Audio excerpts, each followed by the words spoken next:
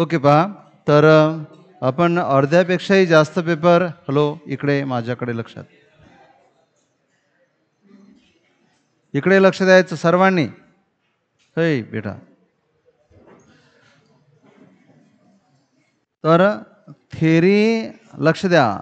Theory 10 वेळा वाचूनही जेवढा फायदा तुम्हाला होणार नाही, जेवढं अंडरस्टँडिंग वाढणार नाही, तेवढं डिस्कशनमध्ये वाढते, मल्टिपल चॉईसमध्ये वाढते. इथे मल्टिपल चॉईसचं डिस्कशन करताना काल जसं मी तुम्हाला सांगितलं, लक्ष द्या आता इकडे.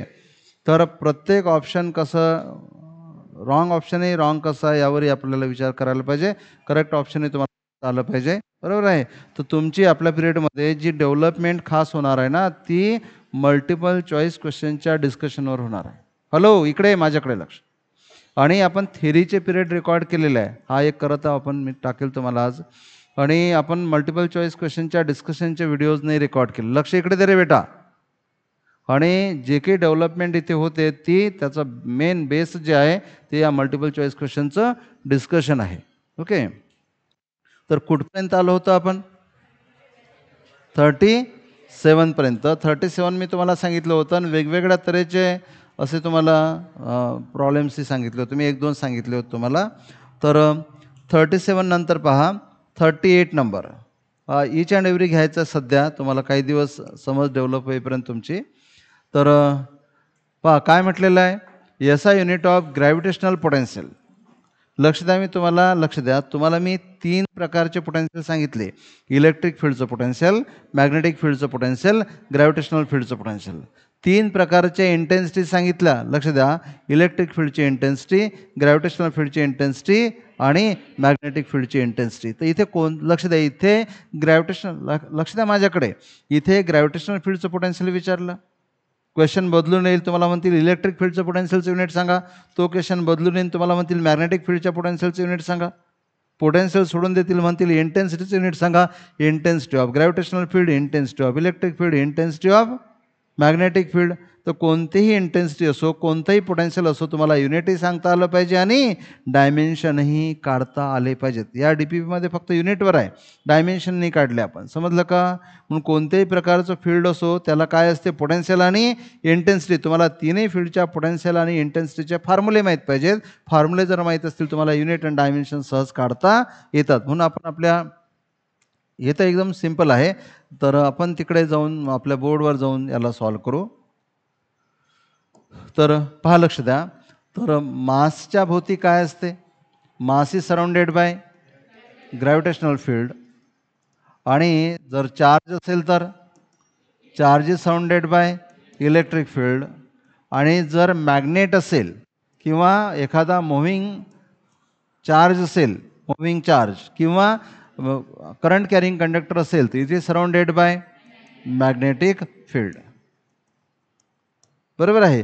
कोणत्याही फील्डला पोटेन्शियल आणि लक्ष खाली नका, डोकं खालू. कोणत्याही फील्डला पोटेन्शियल आणि इंटेन्सिटी असते. ग्रॅव्हिटेशनल फील्डचं पोटेन्शियल काढायचा फॉर्म्युला काय असतो, कोण सांगेल? Work upon mass. इथे असते वर्क अपॉन मास. इलेक्ट्रिक फील्डचं पोटेन्शियल वर्क अपॉन चार्ज. आणि मॅग्नेटिक फील्डचं पोटेन्शियल काढायचा formula work upon pole strength. काय? मॅग्नेटच्या पोलची स्ट्रेंथ, पोल स्ट्रेंथ. ओके, तुम्हाला युनिटही काढता आलं पाहिजे, डायमेन्शनही काढता आले पाहिजे. पहा, लक्ष द्या. आज तुम्हाला लिहायचं आहे युनिट. युनिट लिहिणं तर फारच सोपं आहे. वर्कचं युनिट जूल आणि मासचं युनिट KG. आपल्या DPPमध्ये हेच होतं, जूल पर KG, आहे ना. जर तुम्हाला इलेक्ट्रिक फील्डचं पोटेन्शियल विचारलं असेल, त्याचं युनिट विचारलं तर वर्कचं युनिट जूल आणि चार्जचं unit coulomb, joule per coulomb. जर तुम्हाला मॅग्नेटिक फील्डचं पोटेन्शियल विचारलं, त्याचं युनिट तर वर्कचं युनिट जूल, पोल स्ट्रेंथचं unit ampere metre. Very good, समजलं का? म्हणून लक्ष द्या इकडे माझ्याकडे. विचार आला पाहिजे आपल्या डोक्यात, यार ग्रॅव्हिटेशनल फील्डचं पोटेन्शियल विचारलं, पुढे इलेक्ट्रिक फील्डचं विचार, नंतर मॅग्नेटिक फील्डचं विचारतील. आता बघा, तुम्ही जर सोडले ना तर ज्यांना ग्रॅव्हिटेशनल फील्ड त्यांना फक्त ग्रॅव्हिटेशनल फील्डचंच पोटेन्शियलचं युनिट काढता येते, है ना. जर तुम्हाला इलेक्ट्रिक फील्ड म्हटलं ना ते याच्यासोबत याला जोडतच नाही, अशा तऱ्हेनं कम्पेअर नाही करत. ते बिलकुल त्या चॅप्टरमध्ये शिकायला मिळेल त्यांना. मॅग्नेटिक फील्डचं पोटेन्शियल विचारलं ते त्या चॅप्टरमध्ये शिकायला मिळेल. तुम्हाला कोणतंही पोटेन्शियल विचारलं तर युनिट डायमेन्शन्स काढता आले पाहिजेत, समजलं का? डायमेन्शन्स काढायचं काम पडलं तर तेही पटकन जमलं पाहिजे. पहा किती सोपं आहे. हा फॉर्म्युला लिहिला, वर्क अपॉन मास. वर्कला काय लिहिलं? Force into displacement upon mass. फोर्सला काय लिहिलं, mass into acceleration into displacement upon mass. Mass mass काय झालं, कॅन्सल. इथे काय राहिलं, ॲक्सलरेशन इंटू डिस्प्लेसमेंट. आता लिहायचं unit, ॲक्सलरेशनचं unit metre per second square आणि डिस्प्लेसमेंटचं युनिट मीटर, म्हणजे हे झालं मीटर स्क्वेअर पर सेकंड स्क्वेअर. आणि डायमेन्शन्स विचारले तर मीटर म्हणजे लेंथ 2, सेकंड म्हणजे टाईम -2, के जी नाही आहे तर मास नाही आहे तर M0 अगोदर लिहू शकता. तसंच तुम्हाला डायमेन्शन कोणाचं काढता येणार. हां, तर इथे जर विचारलं तर बघा किती सिम्पल आहे. इथे जर विचारलं तर वर्कला काय लिहिणार, फोर्स इंटू डिस्प्लेसमेंट. क्यूला काय लिहित असतात, IT. Very good. क्यूला काय लिहायचं, IT.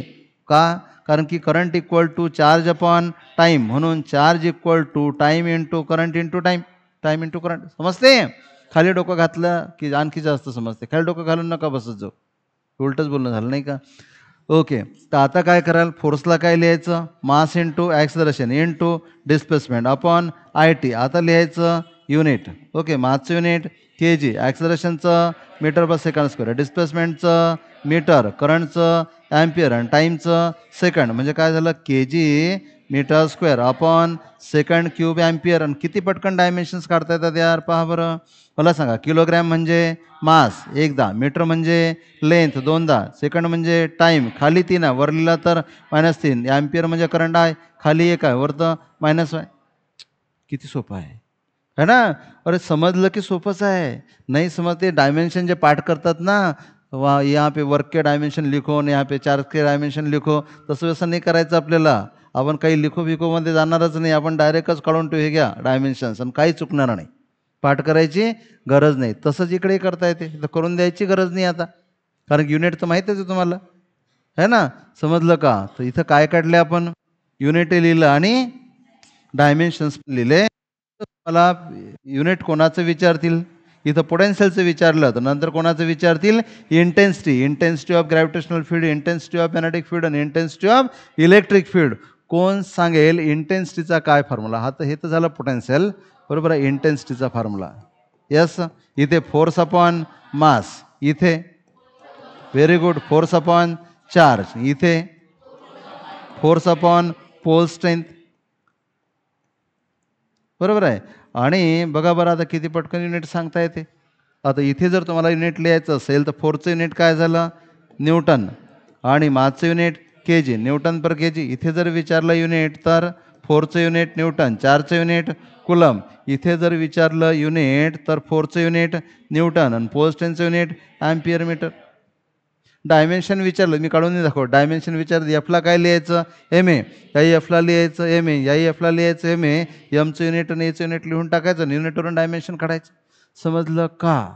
मला एक म्हणायचं आहे, इथे फक्त एक क्वेश्चन होता, कोणता कोणता, जे अगोदरचा आपण DPP पाहून राहिलो त्यामध्ये म्हटलं होतं युनिट ऑफ ग्रॅव्हिटेशनल तू पहिल्यांदा आली का आज. तर मग अशी नजर आहे की असं वाटतं मला पहिल्यांदाच आले का तुम्ही. युनिट विचारलं होतं कोणाचं, ग्रॅव्हिटेशनल पोटेन्शियलचं. पण तुम्हाला सगळं क्लिक झालं पाहिजे की पोटेन्शियल 3 तऱ्हेचे असतात, gravitational potential, electric potential, magnetic potential. अरे यार, पोटेन्शियलसोबत इंटेन्सिटी पण असते, intensity of the gravitational field, intensity of the electric field आणि इंटेन्सिटी ऑफ मॅग्नेटिक फील्ड. यापैकी 6 पैकी काहीही विचारलं जाऊ शकते. म्हणून एक एक क्वेश्चन ज्यावेळेस डिस्कस करताना त्याच्यापासून खूप काही तयार झालं पाहिजे. समजलं. एका क्वेश्चनचं डिस्कशन 6 क्वेश्चनवर गेलं, कळलं का. एक क्वेश्चन फक्त डिस्कस केला आणि तुम्हाला किती आन्सर काढता आले, 6. म्हणजे 2-3 पोटेन्शियल काढता आले, तिन्ही फील्डच्या इंटेन्सिटी काढता आले, सोबत त्याचे डायमेन्शनही काढता आले. समजलं का. आता तुमच्यापैकी कोणी जर मधात अब्सेंट असेल, कोणाला हे जर समजत नसेल, तर फक्त थोडंसं भेटा. एकदम सिंपल आहे, काही नाही याच्यामध्ये. काही काही जण असतील की अरे काय लिहून राहिले समजून नाही राहिलं, क्यूला IT लिहिलं. काही खास नाही आहे, एकदमच सिंपल आहे. पण तुम्हाला रटायची सवय पडली म्हणून तुम्हाला ते थोडंसं वेगळं वाटते. समजलं सर्वांना. समजलं नसेल तर मला भेटायचं, काहीच नाही याच्यामध्ये, काहीच नाही. फक्त असं फील नका करू काही. ओके, फील नका करू म्हणजे की यार काय समजते, असं न समजण्याचं कारण असते अब्सेंटी. हो का. ओके, तर दार उघडं असलं म्हणजे रिफ्लेक्शन येतात का, दिसते का सगळं व्यवस्थित, तिकडे प्रॉब्लेम जात. ओके, तर चला कोणतं प्रॉब्लेम झालं, 38. बघा प्रॉब्लेम होतं काय ना, आपण डिस्कशन करून कुठे पोहोचलो, यानेच फिजिक्स डेव्हलप होते. समजते का? हां. नंतर बघा क्वेश्चन नंबर 39. नीट लक्ष द्या. यस 38 तर झालं ना. हां. तर क्वेश्चन नंबर 39 पहा. 39मध्ये काय म्हटलेलं आहे, केअरफुली वाचून घ्या. Which one of the following pair of quantities has same dimension. कोणाकोणाचे डायमेन्शन सेम आहेत विचारलं. ओके, मला सांगा, नाही फोर्स आणि वर्कचे सेम असतील का? ज्यांचं युनिट सेम त्यांचे डायमेन्शन सेम, ज्यांचा फॉर्म्युला सेम त्यांचे डायमेन्शन सेम. आणि हे तर बिलकुलच नाही आहे, कारण की फोर्स फोर्स आहे आणि वर्क फोर्स इंटू डिस्प्लेसमेंट आहे. क्वांटिटीज वेगवेगळ्या, डायमेन्शन सेम असू शकत नाही. मोमेंटम अँड इम्पल्स किती वेळा झालं? इम्पल्स म्हणजे काय असते? Change in momentum. मग चेंज इन मोमेंटम आणि मोमेंटम एकच आहे बाय नेचर. म्हणून इम्पल्स मोमेंटमचं युनिट आणि इम्पल्सचं युनिट सेम आहे. इम्पल्स म्हणजे change in momentum, force into time आहे, पण चेंज इन मोमेंटम. मग चेंज इन मोमेंटम म्हणजेच मोमेंटममधला चेंज म्हणजे मोमेंटम युनिटच्या दृष्टीने. म्हणून या दोघांचं युनिट काय असणार? सेम. प्रेशर आणि फोर्स खूप डिफरंट आहे. तर प्रेशरला एरियाने डिवाईड केल्यानंतर फोर्स मिळते. सरफेस टेन्शन अँड स्ट्रेस, बघा सरफेस टेन्शन तुम्हाला पुढे शिकायला मिळते. सरफेस टेन्शन काढताना फोर्सला लेंथनी डिवाईड करतात. सरफेस टेन्शन काढताना फोर्सला लेंथनी. सरफेस टेन्शन माहिती आहे का तुम्हाला? काही सरफेस टेन्शनबद्दल काही माहिती आहे का? वर्ड काय सांगतो बघा, लक्ष द्या इकडे. बघा तुम्ही सोप बबल पाहिला, सोप बबल उडल नाही का? बबल सोल्युशनमध्ये, सोपच्या सोल्युशनमध्ये ते रिंग बुडवायची, हुंकार घातली की सगळे बबल उडतात है ना. तो सोपचा जो बबल आहे त्याचा जो सरफेस आहे तो स्वतःला कॉन्ट्रॅक्ट करण्याचा प्रयत्न करतो. कोणत्याही लिक्विडचा सरफेस, बघा कोणत्याही लिक्विडचा सरफेस जो एअरच्या कॉन्टॅक्टमध्ये आहे त्याला फ्री सरफेस म्हणतात. हा सरफेस स्वतःला आकुंचित करत असतो, बरोबर आहे. आणि आकुंचित करणं त्याच्यामध्ये एक प्रकारचा स्ट्रेस आहे, एक प्रकारचा फोर्स आहे, एक प्रकारचं टेन्शन आहे, त्याला काय म्हणतात? Surface tension. कोणत्याही लिक्विडचा सरफेस, काय कोणत्याही लिक्विडचा सरफेस जो एअरच्या कॉन्टॅक्टमध्ये आहे that is called free surface, आणि तो स्वतःला कॉन्ट्रॅक्ट करण्याचा प्रयत्न करतो. That tendency is called surface tension. आणि त्यासाठी फॉर्म्युला आहे फोर्स अपॉन लेंथ. मग surface tension force upon length आणि स्ट्रेस. स्ट्रेस म्हणजे काय सांगितलं होतं तुम्हाला? Force upon area. दोघांमध्ये फरक आहे. स्ट्रेस काय असतो? Force upon area. आणि सरफेस टेन्शन काय असते? Force upon length. त्यामुळे दोन क्वांटिटी सारख्या नाहीत. अरे कळलं का? So surface tension force upon length आणि स्ट्रेस फोर्स अपॉन एरिया. मग जर फॉर्म्युले सारखे नाही तर युनिट सुद्धा सारखे असणार. पॉईंट क्लिअर झाला? मग कोणत्या दोघांचे युनिट सारखे असतील? मोमेंटम आणि इम्पल्स.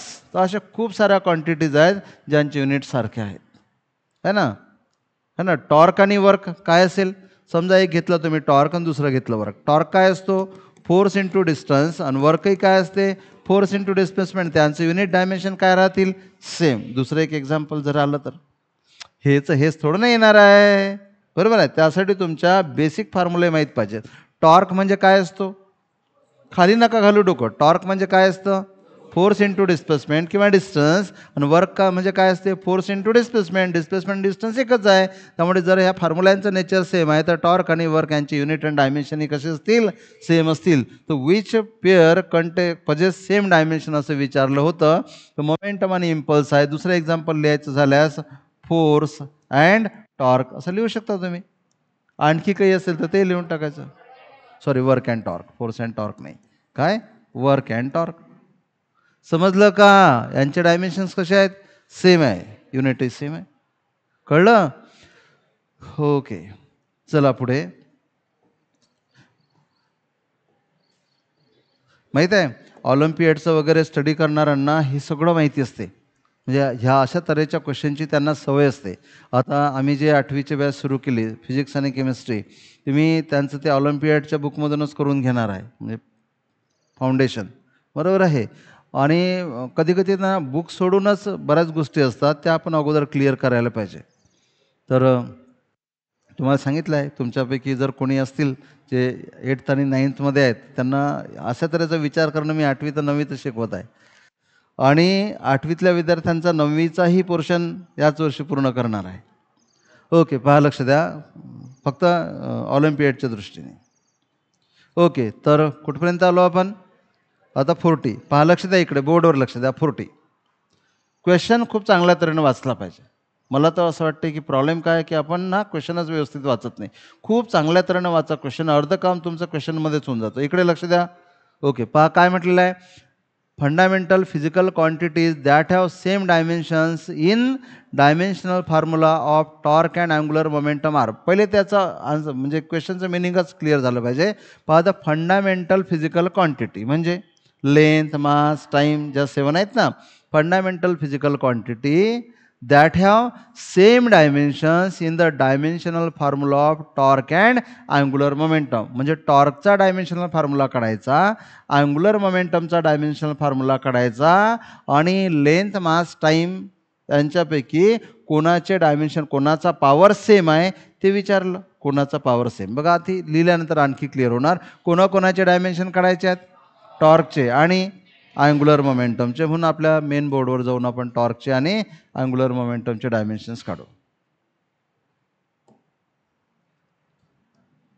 ओके, तर पहिल्यांदा मी इथे टॉर्कचे डायमेन्शन काढतो आणि नंतर इकडे डायमेन्शन काढू आपण अँग्युलर मोमेंटमचे. कालच मी तुम्हाला फॉर्म्युला सांगितला होता टॉर्कचा, तर आता सांगितला. मग टॉर्कचा फॉर्म्युला काय असतो? Torque equal to force into perpendicular distance. Torque टॉनी दाखवतात, force multiplied by perpendicular distance. So torque equal to फोर्सला mass into acceleration into R, मार.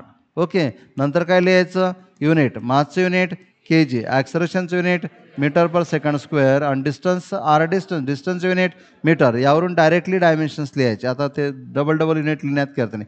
किलोग्रॅम म्हणजे मास एकदा, मीटर म्हणजे लेंथ दोनदा, सेकंड म्हणजे टाईम खाली 2, वर लिहिला तर -2. These are the dimensions of torque.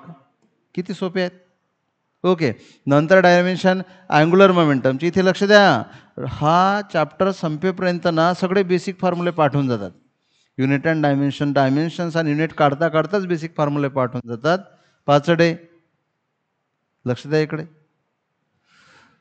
नंतर कशाचे डायमेन्शन काढायचे? अँग्युलर मोमेंटम एलनी दाखवतात. L is angular momentum. Angular momentum काढताना लिनियर मोमेंटमला परपेंडिक्युलर डिस्टन्सनी मल्टिप्लाय करतात. So linear momentum m v into r. आता लिहायचं युनिट, मासचं युनिट के जी, व्हेलॉसिटीचं युनिट मीटर पर सेकंड आणि डिस्टन्सचं युनिट मीटर. म्हणजे तुम्हाला यावरून डायरेक्टली डायमेन्शन्स लिहिता येतील. बरोबर आहे. किलोग्रॅम म्हणजे मास एकदा, मीटर म्हणजे लेंथ दोनदा, सेकंड म्हणजे टाईम काही नाही म्हणजे 1 आहे, वर लिहिला तर -1. आता कोणाचे डायमेन्शन, कोणत्या फंडामेंटल क्वांटिटीचे डायमेन्शन सारखे आहेत असं विचारलं या दोघांमध्ये. बघा क्वेश्चन काय होता, या दोघांमध्ये म्हणजे टॉर्क आणि अँग्युलर मोमेंटममध्ये 7 फंडामेंटल क्वांटिटीपैकी कोणाचे डायमेन्शन सेम आहेत? मला सांगा. इथे मासचे डायमेन्शन 1, इथे मासचे डायमेन्शन 1, मासचे सेम आहेत, लेंथचे सुद्धा सेम आहेत. इथे 2 आणि इथे 2, टाईमचे डिफरंट आहेत. मग या दोघांमध्ये कोणाचे डायमेन्शन सेम आहेत? इथे सेम डायमेन्शन आहेत. कोणाकोणाचे? मासचे आणि लेंथचे. पॉईंट क्लिअर झाला. किती नंबरचा क्वेश्चन होता? Yes, question number 40 in DPP 1. समजलं? अरे समजलं का? म्हणजे कोणाचे डायमेन्शन सेम आहेत असं विचारलं, दोन्ही क्वांटिटीचे डायमेन्शन काढायचे, चेक करायचे, मासचा, लेंथचा, टाईमचा, जे जे असतील त्यांचा. इथे 7 पैकी किती असू शकतात? पण जनरली ह्या 3 असतात. हार्डली टेम्परेचर येते, करंट येते आणि मोल येते. राहिलेल्या कॅन्डेला वगैरे येत नाही. समजलं तुम्हाला? ओके, तर त्यानंतर परत आपल्या क्वेश्चनकडे जाऊ. हा झाला 40 नंबर. तर काय ऑप्शन येणार? मास आणि length. Option C correct. Okay, नंतर पहा क्वेश्चन नंबर 41. पहा, which of the following represents a volt. आहा, व्होल्ट आठवते? व्होल्ट कशाचं युनिट आहे? व्होल्टेज. आणि व्होल्टेज कशाचं युनिट आहे? पोटेन्शियल डिफरन्स किंवा पोटेन्शियल. पण कोणतं potential? Gravitational potential, magnetic potential. जबर नको करू. कधीही पाहिलं तर बोलतच असता. काय विचारलं सांग बरं, मी आता काय बोललो? काही नाही. मगर ग्रॅव्हिटेशनल पोटेन्शियल काढायला लागते का पाण्यातून? मगर आहे तो. तर इथे लक्ष द्या. तुम्ही थोडे इकडे तिकडे गेलं लक्ष की सगळं बिघडते. आणि अजून बोललोच, एवढं बोलल्यानंतर बोललो, इकडे इकडे चेअर घेऊन बस इथे. हां येस, गेटअप. तुम्हाला सवय लावण्याचा मी पूर्ण प्रयत्न करेल. फक्त तुम्ही जर मनात निगेटिव्ह घे, इकडे इकडे इकडे इथं बसणं मस्तपैकी आरामात बस, काय रिलॅक्स. खूप चांगल्या लावण्याचा मी प्रयत्न करतो. पण आता तुम्ही जर त्याला निगेटिव्ह घेतलं, मलाच उठवतात, बरोबर आहे. मुलं तरी जर थोडे फ्रेंडली असतात. मुलींना जर म्हटलं का नाही, त्यांच्या अंगाची बिलकुल इतकं डोक्यात जाते. मला दररोज म्हणून राहिले, मम्मी मला सर दररोज म्हणून राहिले इथे बसा तिथं बसा. असं नाही, तुमच्या सवयी कधी कधी तुमच्यामध्ये जनरली अशा सवयी नसतात. हे फार चबरे असतात लेखाचे, कारण पिरियडमध्ये. पण तुमच्यामध्ये नसतात असं नाही आहे, तुमच्यामध्ये असतात. तर इथून बोलून राहिला त्यासोबत, का रे आवाज देऊन राहिला का इतके दुरून त्याला, इकडे बसू का तुला, ह्या आवाज देतील नंतर. चला ठीक आहे, इकडे लक्ष द्या, रिलॅक्स बस. हां आता बघा कसं लक्षात राहत.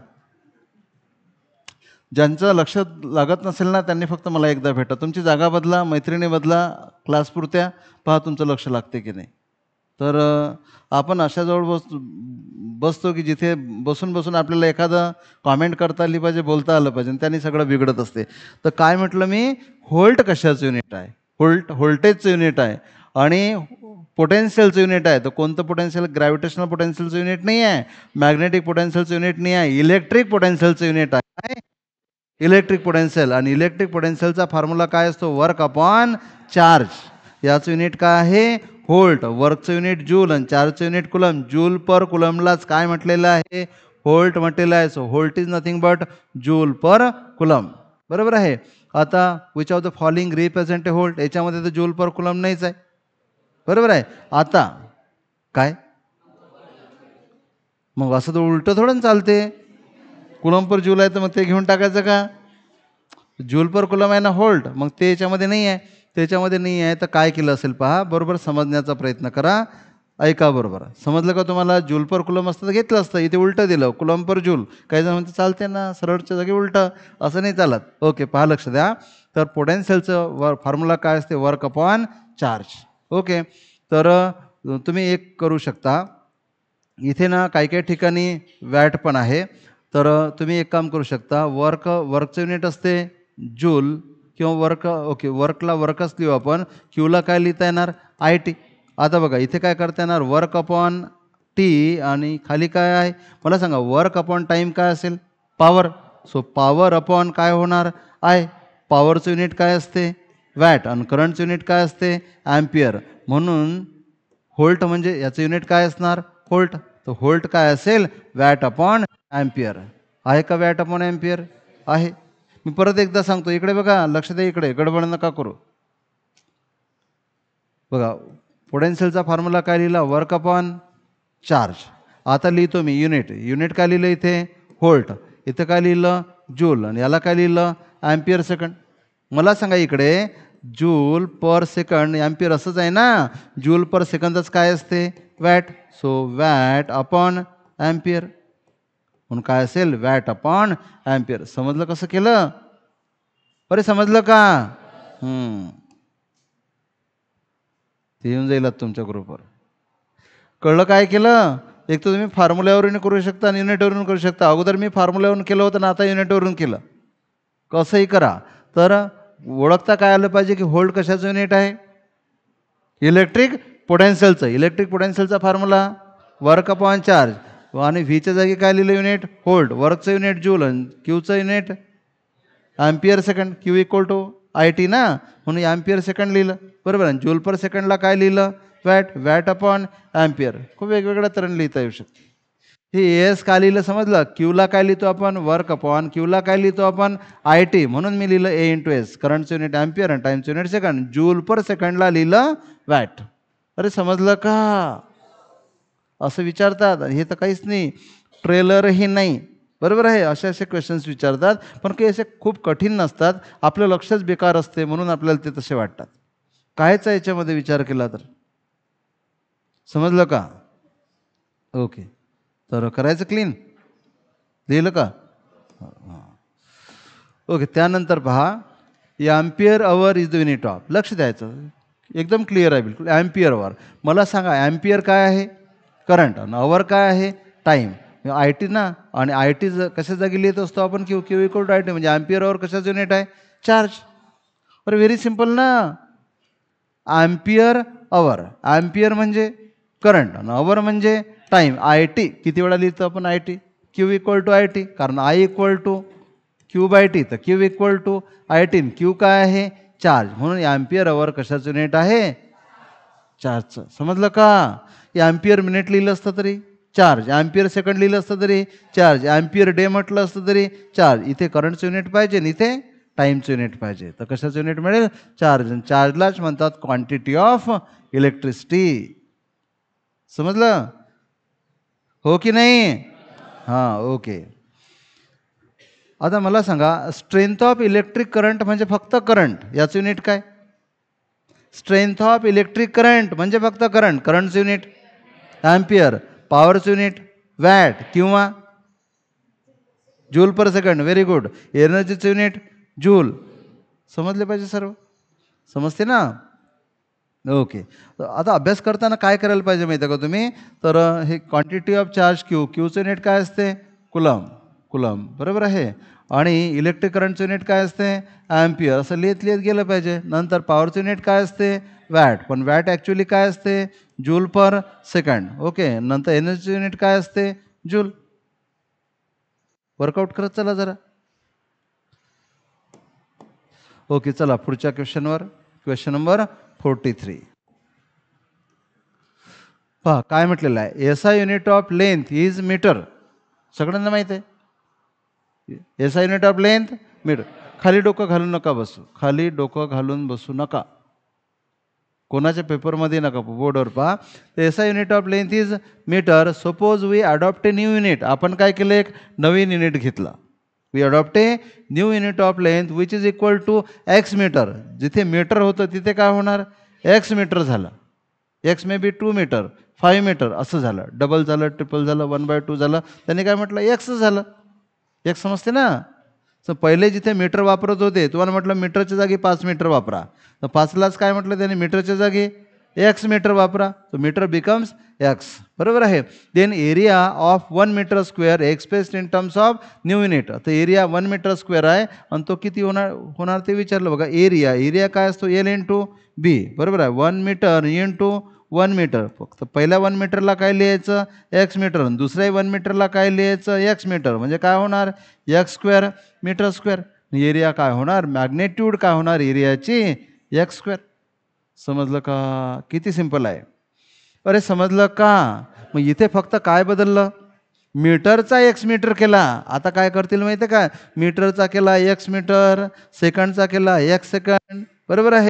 आणि के जीचा केला एक्स के जी. तुम्हाला म्हणतील सांगा फोर्स. ओ काय विचारलं बघा, मी काय म्हणतो, तुम्हाला क्वेश्चन बदलून त्याचे आन्सर काढता आले पाहिजेत. कारण की येणारा क्वेश्चन, इकडे माझ्याकडे पहा, येणारा क्वेश्चन बदललेला असेल. बदलेल ना, जसं तसं नाही विचारतील, आता बदलून विचारतील. बदलून तुम्हाला जमलं पाहिजे. बघा, तर मीटरचा काय केला? एक्स मीटर, बरोबर आहे. मीटरचा एक्स मीटर केला. आणि सेकंडचा काय केला? एक्स सेकंड केला, बरोबर आहे. नंतर काय म्हटलं मी? के जीचा काय केला? एक्स के जी केला. आणि त्यांनी काहीतरी फोर्स मोजला. पहिल्यांदा फोर्स मिळत होता 5 न्यूटन. आता म्हणतील नवीन फोर्स सांगा किती मिळेल. पहिले फोर्स मोजला, किती मिळत होता? 5 न्यूटन. पहिले म्हणजे केव्हा? जेव्हा लेंथ मीटरमध्ये, टाईम सेकंडमध्ये, मास के जीमध्ये होतो. आता लेंथ काय झाली? X metre. टाईम काय झाला? X second. मास काय झालं? एक्स के जी. जो फोर्स पहिले 5 होता तो फोर्स सांगा किती झाला. क्वेश्चन समजला का? क्वेश्चन फक्त आन्सर नाही विचारून राहिलो मी तुम्हाला. क्वेश्चन समजला का? कोण कोण वाढलं? मीटर वाढला आणि तो एक्स मीटर झाला. सेकंड वाढला आणि तो एक्स सेकंड झाला. किलोग्रॅम वाढला आणि तो एक्स किलो झाला. जो फोर्स 5 न्यूटन होता तो फोर्स सांगा किती झाला असेल. क्वेश्चन समजला का? आन्सर नाही विचारून राहिलो मी. क्वेश्चन समजला का? मग आता बघा कसा याचा आन्सर काढायचा. एकदम सिंपल आहे. तर मग लिहायचा फोर्सचा फॉर्म्युला. फोर्सचा फॉर्म्युला काय असणार? मास इंटू ॲक्सलरेशन. आता लिहायचं याचं युनिट, मासचं युनिट के जी, ॲक्सलरेशनचं मीटर पर सेकंड स्क्वेअर. आता बघा काय करायचं. आता नवीन युनिट काढताना किलोग्रॅमला काय लिहायचं एक्स के जी, मीटरला काय लिहायचं एक्स मीटर, सेकंडला काय लिहायचं एक्स सेकंड आणि त्याचा स्क्वेअर. वरते काय आला x into x x square आणि खाली काय आला एक्स स्क्वेअर. बरोबर आहे. आणि इथं K G metre per second square, X square cancel, इथं काही राहिलंच नाही. म्हणजे के जी मीटर पर सेकंड. बदललं का? युनिट बदलणार नाही. वरती एक्स स्क्वेअर आणि खाली एक्स स्क्वेअर. जो फोर्स अगोदर 5 न्यूटन होता आता तो फोर्स किती राहणार 5 न्यूटनच राहील. नाही तर मग पहिले ते एक्स लावला होता, आता एक्स चिटकून द्या कुठंतरी, विदाउट एक्स तर असणारच नाही. असे म्हणजे ज्याला बेस नाही असे विचार नाही करायचे. समजलं का?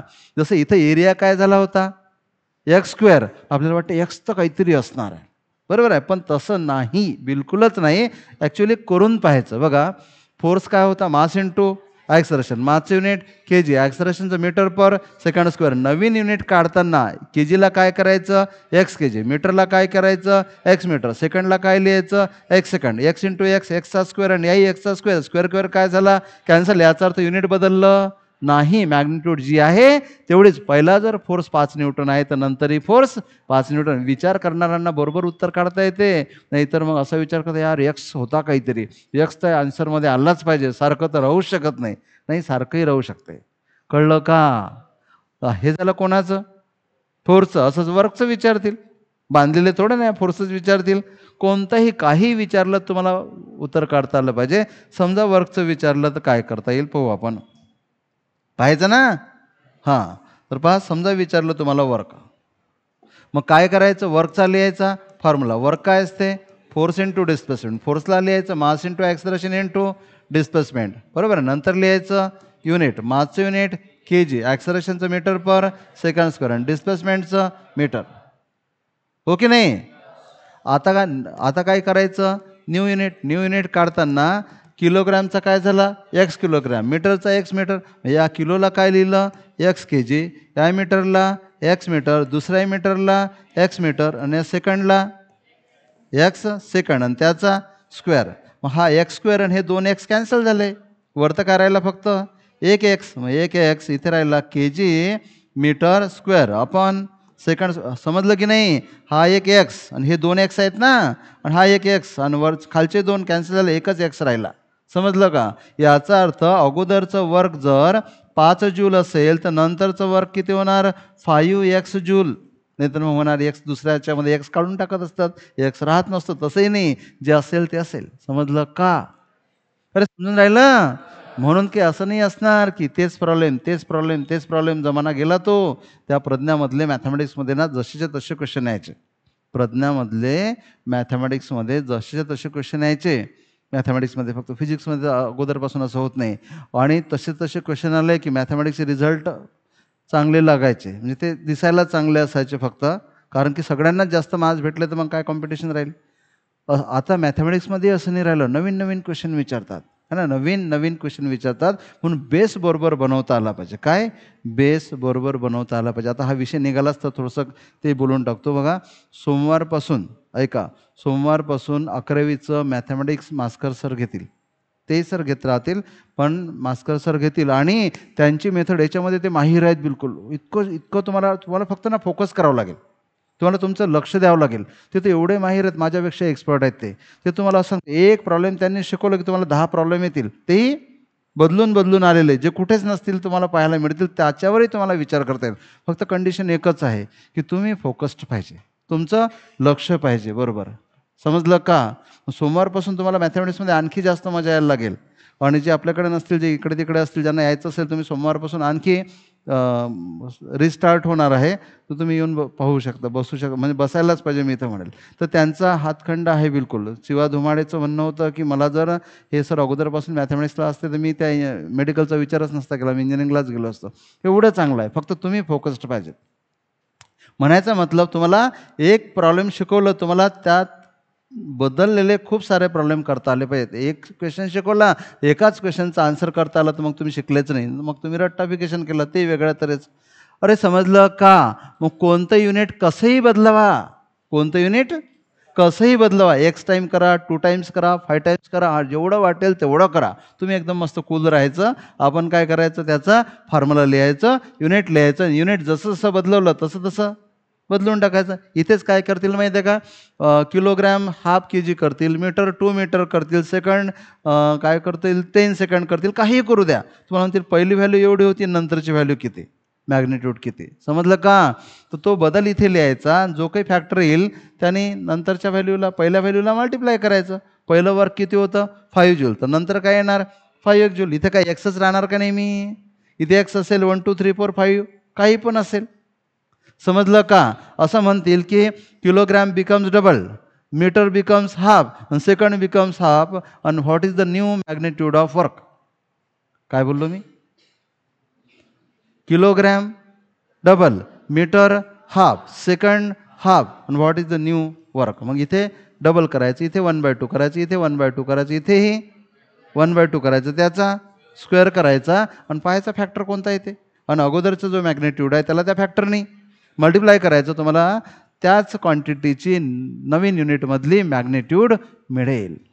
समजलं? क्वांटिटी तेवढीच आहे. तर असा विचार तुम्हाला करता आला पाहिजे. ओके, पहा नंतर 44. अरे जमून राहिलं की नाही? रट्टा मारायचा आहे का? रट्टा फक्त थिरीवर मारता येते. तुम्हाला असा विचार करता आला पाहिजे. हा चॅप्टर खूप चांगला आहे. याच्यामध्ये लहान लहान गोष्टीपासून सुरुवात होते, नंतर आपण मोठमोठ्या क्वांटिटीजकडे, मोठ्या क्वेश्चनकडे जाऊ शकतो. पहा आता या क्वेश्चनमध्ये काय म्हटलेलं आहे, 44मध्ये काय म्हटलेलं आहे. पहा इने न्यू सिस्टीम ऑफ युनिट. बघा, न्यू सिस्टीम ऑफ युनिट म्हणजे काय केलं असेल, युनिटची जी अगोदरची सिस्टीम आहे त्याला छेडछाड केलं. कसं छेडछाड केलं म्हणजे मीटरचा 2 मीटर करून टाकला, लेनचा सेकंडचा हाफ सेकंड करून टाकला, सेकंडच्या जागी 5 सेकंड घेऊन टाकले. समजलं का? पहिले जो सेकंड जेवढा होता तो त्याच्या डबल, तिप्पट, पाचपट, अर्धा काहीतरी करतील. पहिलं किलोग्रॅम जेवढा होता तो किलोग्रॅम वाढवतील किंवा कमी करतील. बरोबर आहे. पहिला जो लेंथ होता, पहिला जो मीटर होता तो मीटर वाढवतील किंवा कमी करतील. आणि तुम्हाला म्हणतील नवीन मॅग्निट्यूड सांगा. जमेल? आता जसं केलं तसंच करायचं आहे. पहा काय केलं. In new system of units, unit of mass is 10 kg. Light लागला असेल, लाईट लागला असेल म्हणजे जिथे लाईट लागला लाईट लागला असेल म्हणजे जिथे किलोग्रॅम आहे तिथे 10 किलोग्रॅम लिहिणार आपण. Unit of length becomes 1 kilometre. जिथे मीटर आहे तिथे, हॅलो माऊली लक्ष, जिथे मीटर आहे तिथे किलोमीटर. किलो म्हणजे 1000. हॅलो इकडे. तर जिथे मीटर आहे तिथे काय लिहू आपण 1000 metre. Unit of time is 1 minute. जिथे सेकंद होता ना तिथे मिनिट लिहिणार. मिनिट म्हणजे किती 60 सेकंद. म्हणजे जिथे किलोग्राम आहे तिथे 10 किलोग्राम लिहिणार, जिथे मीटर आहे तिथे 1000 मीटर लिहिणार, जिथे सेकंड आहे तिथे 60 सेकंड लिहिणार आणि पाहणार की युनिट काय बदलते. समजलं का? करता येणार ना? मी अगोदर जे सांगितलं तेच झालं आता. ओके, काय विचारलं, काय विचारलं इकडे आहे. खूपच किती दूर आहे. ओके, हेच तर काय म्हटलं, 1 joule in this new system becomes. 1 जूलचा किती होणार ते सांगा. समजलं का? काय विचारलं, 1 जूल किती मला सांगा. विचार कसा कराल. जूल कोणा, बघा इथे 1 जूल किती होणार ते विचारतील, किंवा 1 न्यूटन किती होणार ते विचारतील, किंवा 1 वॅट किती होणार ते काही विचारतील. थोड्या जूल विचारतील म्हणून. मला सांगा आता करायचं कसं. जूल कोणाचं युनिट आहे? जूल कोणाचं? वर्कचं. मग वर्कचा फॉर्म्युला लिहायचा है ना. वर्कच्या फॉर्म्युल्यावरून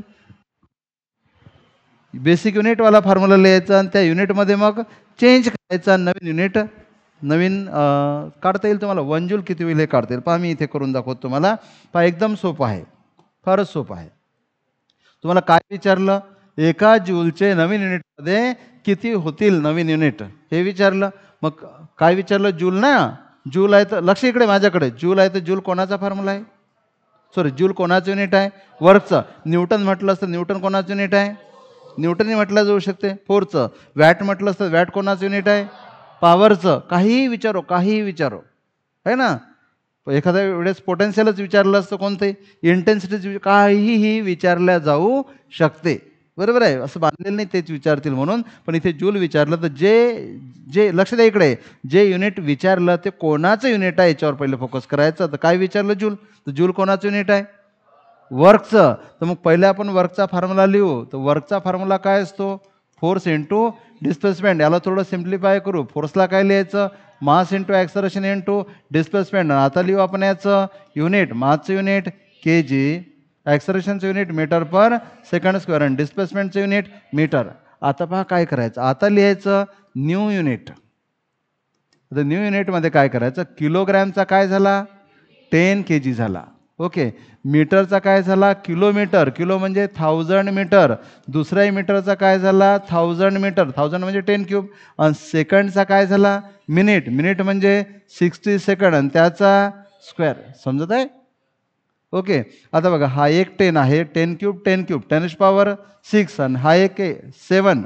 बरोबर आहे, वरतं झाले 10⁻7. खाली काय लिहिणार 60चा स्क्वेअर किती 3600, 6चा स्क्वेअर 36 आणि एक झिरो आहे तर 2 झिरो. इथं काय राहिलं K G metre square upon second square. फक्त याला तुम्हाला आता सोडवायचं आहे. बरोबर, हॅलो लक्ष द्या, लिहायची गडबड नका करू, याला सोडवायचं आणि कॅल्क्युलेशन हे सहज जमले पाहिजे तुम्हाला. मला सांगा याला असं पण लिहिता येते आपल्याला. तर हे 2 झिरो आहेत, 2 झिरो म्हणजे 10 स्क्वेअर. ओके, 10 स्क्वेअर असंही करता येईल किंवा 100 ॲडजस्ट करूनही करता येईल. तर आन्सर फक्त तुम्हाला ना आता बरोबर काढता आले पाहिजेत, कॅल्क्युलेशनही बरोबर करता आले पाहिजेत. बघा मी कसे करतो कॅल्क्युलेशन, ऐका, कॅल्क्युलेटरची गरज नाही भासली पाहिजे. तर कसेही करता येतील. मला सांगा 2 झिरो म्हणजे 10 स्क्वेअर. यातून जर 10 स्क्वेअर काढून टाकला तर किती राहणार 10⁻5. म्हणजे हे झाले 1/36 इंटू 10⁻5. ओके नाही, युनिट तेच. आता काय समजलं का, 2 झिरो म्हणजे 10 स्क्वेअर, हे 10 स्क्वेअर या 7मधून काढून टाकले, मायनस केले, तर मग काय राहिला 10⁻5 1/36. आता काय करा बघा, यामधले 5 मधले 2 झिरो इकडे घ्या, 2 झिरो म्हणजे 100/36 आणि इथे किती राहिलं मग 10 क्यूब. हो की नाही. हां, आता तुम्ही याला डिव्हाइड करा. डिव्हाइड केलं, समजा कशाने डिव्हाइड केलं तुम्ही, 4ने डिवाइड केलं. याला 4ने डिवाइड केलं किती येणार 25. याला 4ने डिवाइड केलं किती येणार, किती येणार 9. सो 25/9 इंटू 10⁻3 आणि 25/9 तर जमतेच तुम्हाला.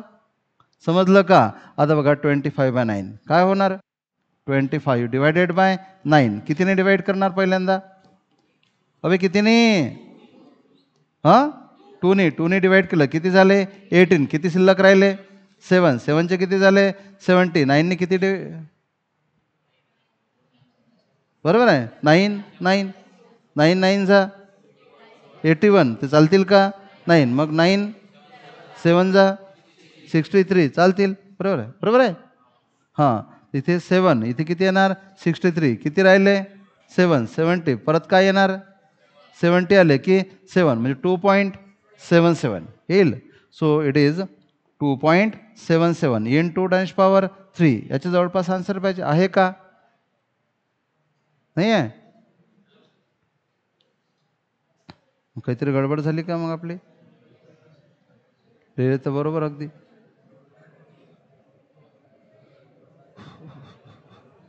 One joule work force into displacement, अगदी बरोबर केलं आपण.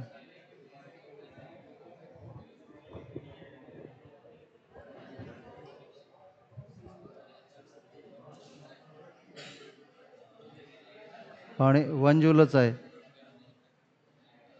कुठे काही गडबड झाली का पहा, मला वाटतं इथे इथे थोडंसं ॲडजस्ट करू आपण.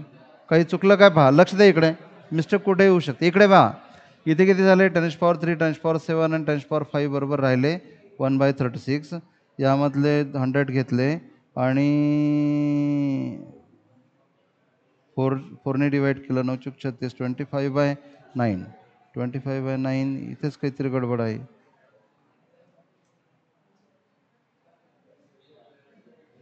इथं बरोबर लिहिलं यार.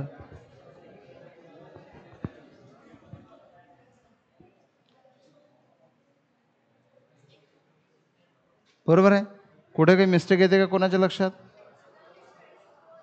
यस, हां हो ना, कुठेतरी अशीच गडबड झाली. 9 18 किती राहिले 7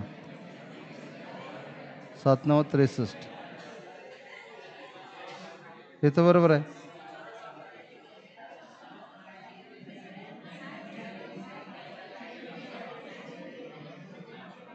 पण तरी याच्यामध्ये तसं काही नाहीच आहे.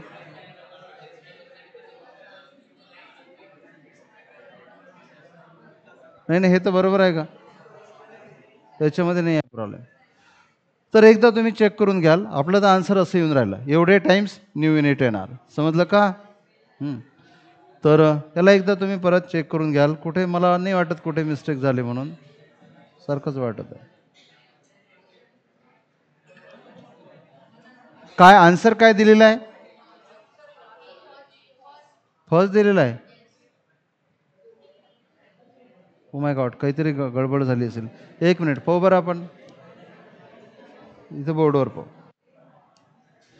लक्ष द्या, वर्कचा फॉर्म्युला फोर्स इंटू डिस्प्लेसमेंट. लक्ष द्या इकडे, वर्कचा formula force into displacement, force mass into acceleration into displacement. इथे काहीतरी असेल युनिट, मासचं युनिट के जी, ॲक्सलरेशनचं मीटर पर सेकंड स्क्वेअर आणि डिस्प्लेसमेंटचं मीटर. ओके. आणि किलोग्रॅमला काय लिहिलं? 10 kg. हे झालं ओल्ड युनिट. परत एकदा करून पाहू आपण. New unit. किलोग्रॅमला काय लिहिलं? 10 किलोग्रॅम. मीटरला काय लिहिलं? किलोमीटर. किलोमीटर म्हणजे 1000 मीटर. पहिल्या मीटरला 10 क्यूब मीटर, दुसऱ्या मीटरलाही 10 क्यूब मीटर. आणि सेकंडला काय लिहिलं? 60 मिनिट लिहिलं की 1 मिनिट? 1 मिनिट. 1 मिनिट म्हणजे 60 सेकंड. मग सेकंडच्या जागी झालं की 60 सेकंड आणि त्याचा स्क्वेअर. ओके. आणि आता बघा, हा पूर्ण पॉवर किती झाला? Tens power 7. आणि हा किती झाला? 6चा स्क्वेअर 36 आणि इंटू हा किती? 100. बरोबर आहे. आणि इथे राहिलं K G metre square upon second square म्हणजे ओल्ड युनिट झालं. बरोबर आहे. आता इथे यार 2.7च येऊन राहिलं माझं परत. यस, कुठे आणखी एक सुरू? 6चा स्क्वेअर 36, झिरोचा कसं काय? कुठे? इथे? मग त्यांनी नाही, त्यांनी तेवढंच आन्सर आहे. 3.6 1/3 3.6 केलं तर तेवढंच आन्सर आहे. तसं केल्याने नाही बदलणार की? हेच ना, इथे इथे 3.6 आणि इथे असंच ना. समजा असं केलं आपण. ओके, जसंही म्हणतात तसं केलं. हे झाले 3.6 आणि इथे टन्स पॉवर 7 आणि इथे किती केले? 1000. आणि त्याने काय फरक पडेल? हां, टन्स पॉवर येईल पण 1/3.6 झालं ना. मग अपॉनमध्ये आहे का आन्सर? मग याला समजा केलंय बघ, याला हे काय होणार? इथे झाले 3.6, इथे किती झाले? टन्स पॉवर 4 झाले. आणि खाली केले तर किती होतील? -4. सो ओल्ड युनिट किती टाइम्स न्यू युनिट असं असेल. लक्ष द्या, इकडे काय झालं? न्यू युनिट असं करावं लागेल. इथे काय झालं? New unit. इथे 1/3.6 इंटू टन्स पॉवर -4. हे काय झालं? Old unit. बरोबर आहे. पण तुम्हाला विचारलं ओल्ड युनिट, सो असं आहे, ते उलट आहे. ओल्ड युनिट काढायचं आहे, हे बरोबरच आहे. तर ह्या नंबरला घेतलं इकडे. So 3.6 into tens power -4 times new unit. असं आहे का आन्सर? अच्छा, आन्सरच असं होतं. म्हणजे ओल्ड युनिट हे नवीन युनिटच्या किती? मग ते बरोबर होतं आपलं. तिथे आपण हा नंबर इथे काढून राहिलो, काही प्रॉब्लेम नव्हता. मग तिथे काय लिहायला पाहिजे होतं आपण?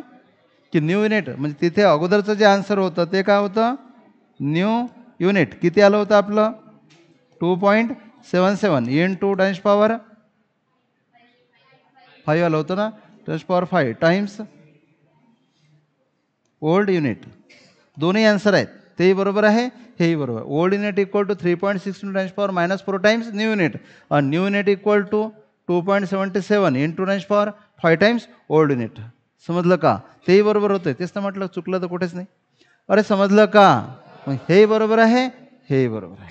कळलं? असं कुठलंही आन्सर काही पण असं बदलून विचारलं जाऊ शकते. पॉईंट क्लिअर झाला? आणि इथे kg/m²/s², याला काय लिहिलं आपण? याला काय लिहिलं आपण? कोणतं युनिट? हे जे आहे कोणतं युनिट झालं? हे वाला ओल्ड युनिट. तर इथे काय लिहिलं आपण? युनिट. ओके. तर याला असं लिहिता येते, so new unit equal to किती?